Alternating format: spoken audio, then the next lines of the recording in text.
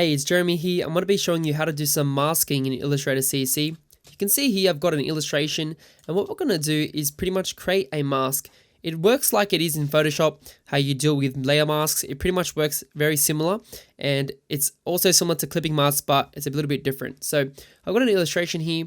First up, we're going to get our transparency panel up. So go to Window at the top left-hand corner, go down and click Transparency.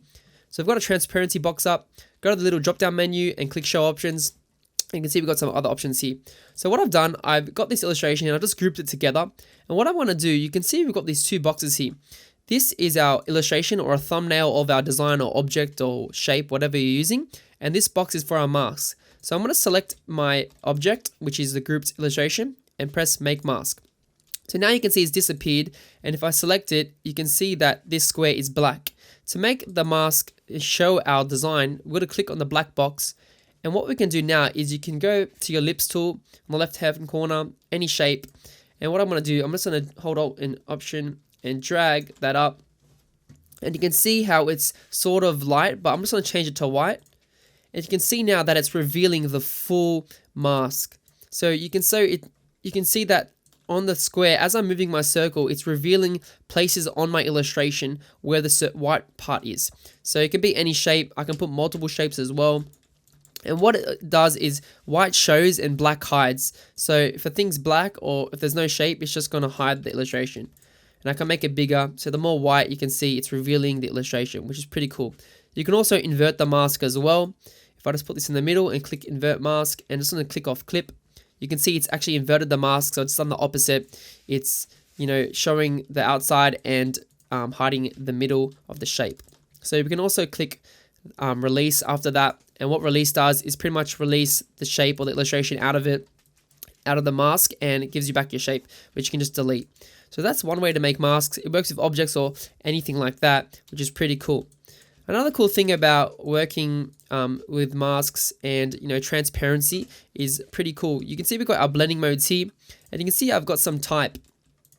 So in order to use this isolate blending and knockout group, which is pretty cool, we can actually get some cool effects. So I've got these two type. I've got 8 and a 5. So what this one is, this is color burn, and this 5 is on color burn as well. So we have this background in the middle, and what isolate blending does is it limits the effect only to these two numbers and not anything in the background. So if I select these two numbers and press Ctrl G and group them, and if I press isolate blending, it's actually going to isolate the blending with only these two shapes.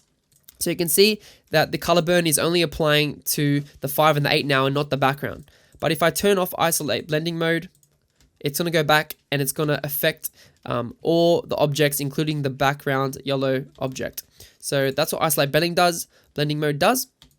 So it's pretty handy. And we got the same thing over here as well. We got knockout group. Pretty much it's the similar effect, but it's the opposite. So if I select these two objects, you can see it's grouped. And if I go in here and select the 5 is on multiply and the 8 is just a multiply as well. But if I select this and click knockout group and make sure it's on the tick, you can see that it's going to do the opposite effect. It's not going to multiply on these two objects. But if I go ahead and put a shape behind this 5, you can see that the multiply is working on the background object, but just not within these two objects. So that's how you use that. It's pretty interesting and it's pretty useful, especially if you're working with like print work or you're working with a complex illustration and you want to only affect certain objects, then this is a great tool to use. So I hope you guys enjoyed the tutorial. Hit that like button, that really helps me out. And don't forget to subscribe for more design content every week.